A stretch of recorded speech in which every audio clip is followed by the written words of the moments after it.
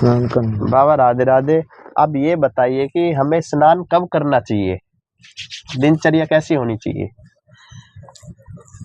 देखो, सबसे पहले स्नान करने का हमारा जरूर क्या है? अच्छा। स्नान का विषय में हाँ। देखो, जो प्रातः काल में सूर्योदय का पहले है, हम इतना घड़ी पड़ी कि हम कहाँ से देखेंगे? बिल्कुल ठीक हाँ, बात है। घड़ी पड़ी की बात छोड़ दीजिए, अभी बिजली आ गया। हाँ। अच्छा।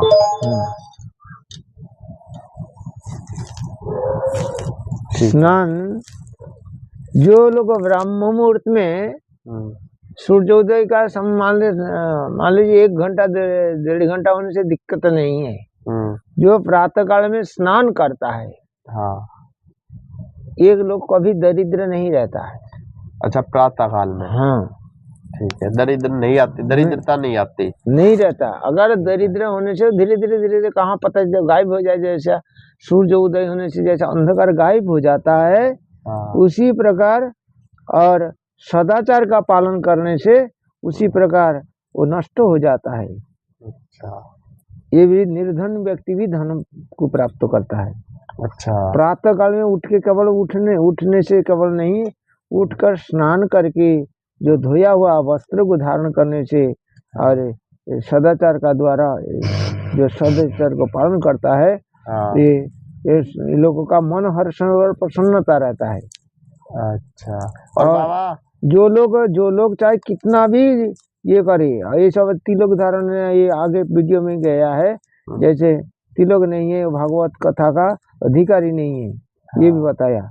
और इसी प्रकार में जो लोग स्नान, जो गायत्री आदि जप नहीं करता, जो मंत्र आदि इष्ट मंत्र का जप नहीं करता प्रातः काल उठ के, उनका सारी कर्म होता है सब कभी उस कर्म का द्वारा पवित्र नहीं होता, क्योंकि शरीर अशुद्ध शरीर का द्वारा कभी सत्कर्म कभी कर नहीं सकता, अशुद्ध शरीर के द्वारा नहीं कर सकता। इसीलिए जो कार्य करते हैं ये सब निष्फल हो जाता।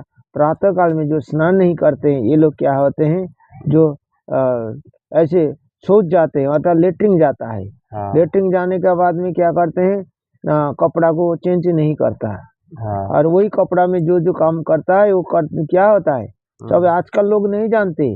लेटरिन जाता है, उसी कपड़ा में दिन भर काम करता है, और वो अशुद्ध कपड़ा का द्वारा और जो काम करता है सब अपवित्र काम होता है। इसीलिए जब वो अशुद्ध हुआ और काम भी अशुद्ध हुआ, और जो भोजन आदि करता है, और ये लोग जो स्नान नहीं करके कुछ भी खाता है, समझना चाहिए मरने के बाद में यही पेड़ पौधा पशु पक्षी जन्म में चला जाता है।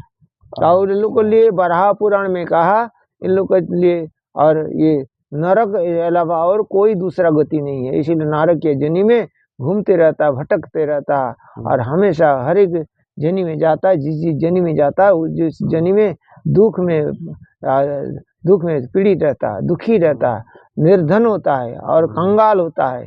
इसीलिए भगवान के लिए सब प्रातः काल में उठ के स्नान करके सबसे पहले भगवान का मंदिर में जाकर दर्शन करना चाहिए देने से, और भगवान का दर्शन के कारण में जितना अमंगल हम लोगों का जीवन में सब नष्ट हो जाता।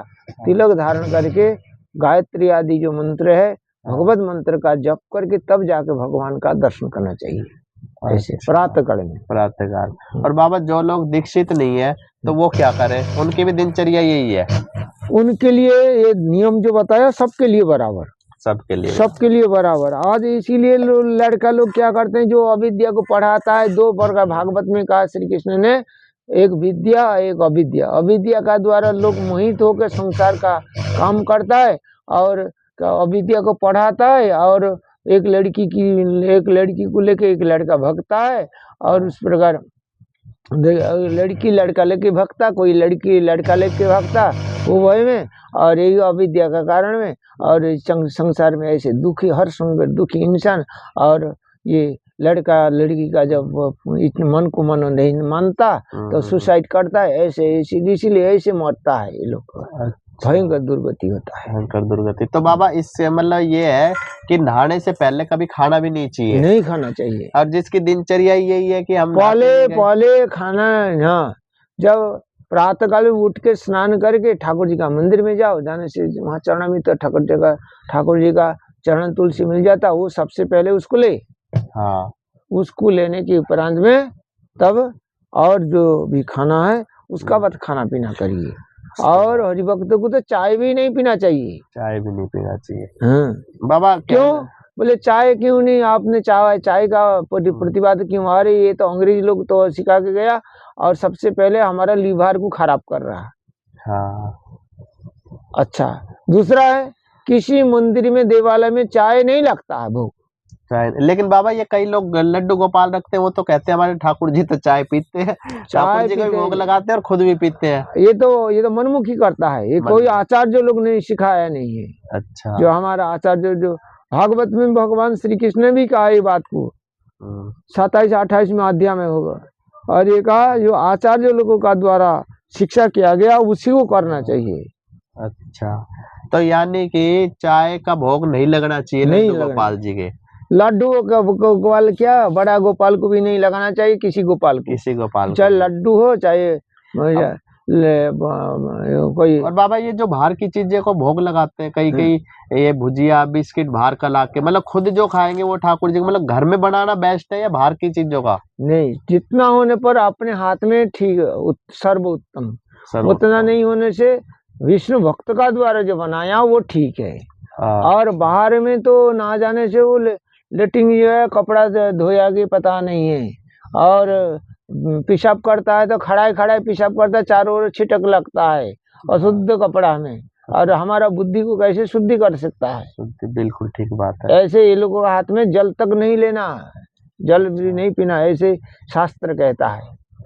अच्छा, जल भी नहीं पीना चाहिए? नहीं, वो तो आपका वो तो लिंग में ये करके पेशाब कर रहा था, लिंग पकड़ के। और वही हाथ में आपको ये करके आके रोटी बना रहा है, रोटी बना रहा है, मिठाई बना रहा है, वो शुद्ध नहीं है बिल्कुल ही। हाँ, और दूसरा कोई बोला मैं तो हाथ धो के आया हूँ, ये बोल देता। अच्छा, हाथ धो के आने से क्या है, वो तो कपड़ा में तो छिटक, जो खड़ा जैसे पेशाब कर रहा था, सारी कपड़ा तो दूषित है, और सारी कपड़ा दूषित होने से कपड़ा, और दूसरा तो लिंग भी धोया नहीं, लिंग को धोना भी चाहिए, और लिंग धोया नहीं, अब बताए ये तो उसको कपड़ा में भी लगा है, कपड़े में भी लगा है। हाँ, तो वो शुद्ध कहाँ से हो सकता है? तो आपका मन को कैसे शुद्धि कर सकता है? उनको कैसे कर सकता है? तो इसी प्रकार बाबा साफ सफाई का भी ध्यान रखना चाहिए, और स्नान करके सारे काम, जब इसलिए बाबा भगवान में बुद्धि नहीं लगती। और दूसरा भी और भी है, जो शौचाचार को नहीं मानता। हाँ, अगर हमारा पास में एक आदमी आता था, नाम तो नहीं बताऊंगा, यही श्यामढाक का। अच्छा, बोला मैं जब आपका पास में आता हूँ ना तो नींद लगता है, ये 2 मिनट यहाँ हमारे सामने खड़ा नहीं बैठ अच्छा, बैठ नहीं सकता है, और आने से तुरंत वो नींद लगता है, सो जाता है। ऐसा क्यों होता है बाबा? हाँ, इसका मतलब यही है, ये जो शौचाचार नहीं रहता है। हाँ, और ये वो भी मदिरा पीता है। ओहो, फुल मदिरा पीता है। अच्छा। अब बता, जो शौचाचार नहीं मानता वो क्या है, उसको अगर बैठा दिया जाए, 2 मिनट की माला लेके बैठा दिए तो माला कर, वो 2 मिनट क्या 1 मिनट तक माला नहीं जप कर सकता।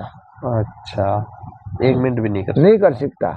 क्यों? वैसे में उसका कितना दम पता चल जाता है, कितना उसका जो कारण क्या है, जो शौचाचार नहीं है वो कभी हरिभक्ति नहीं कर सकता, इसीलिए वे माला आदि जप नहीं कर सकता।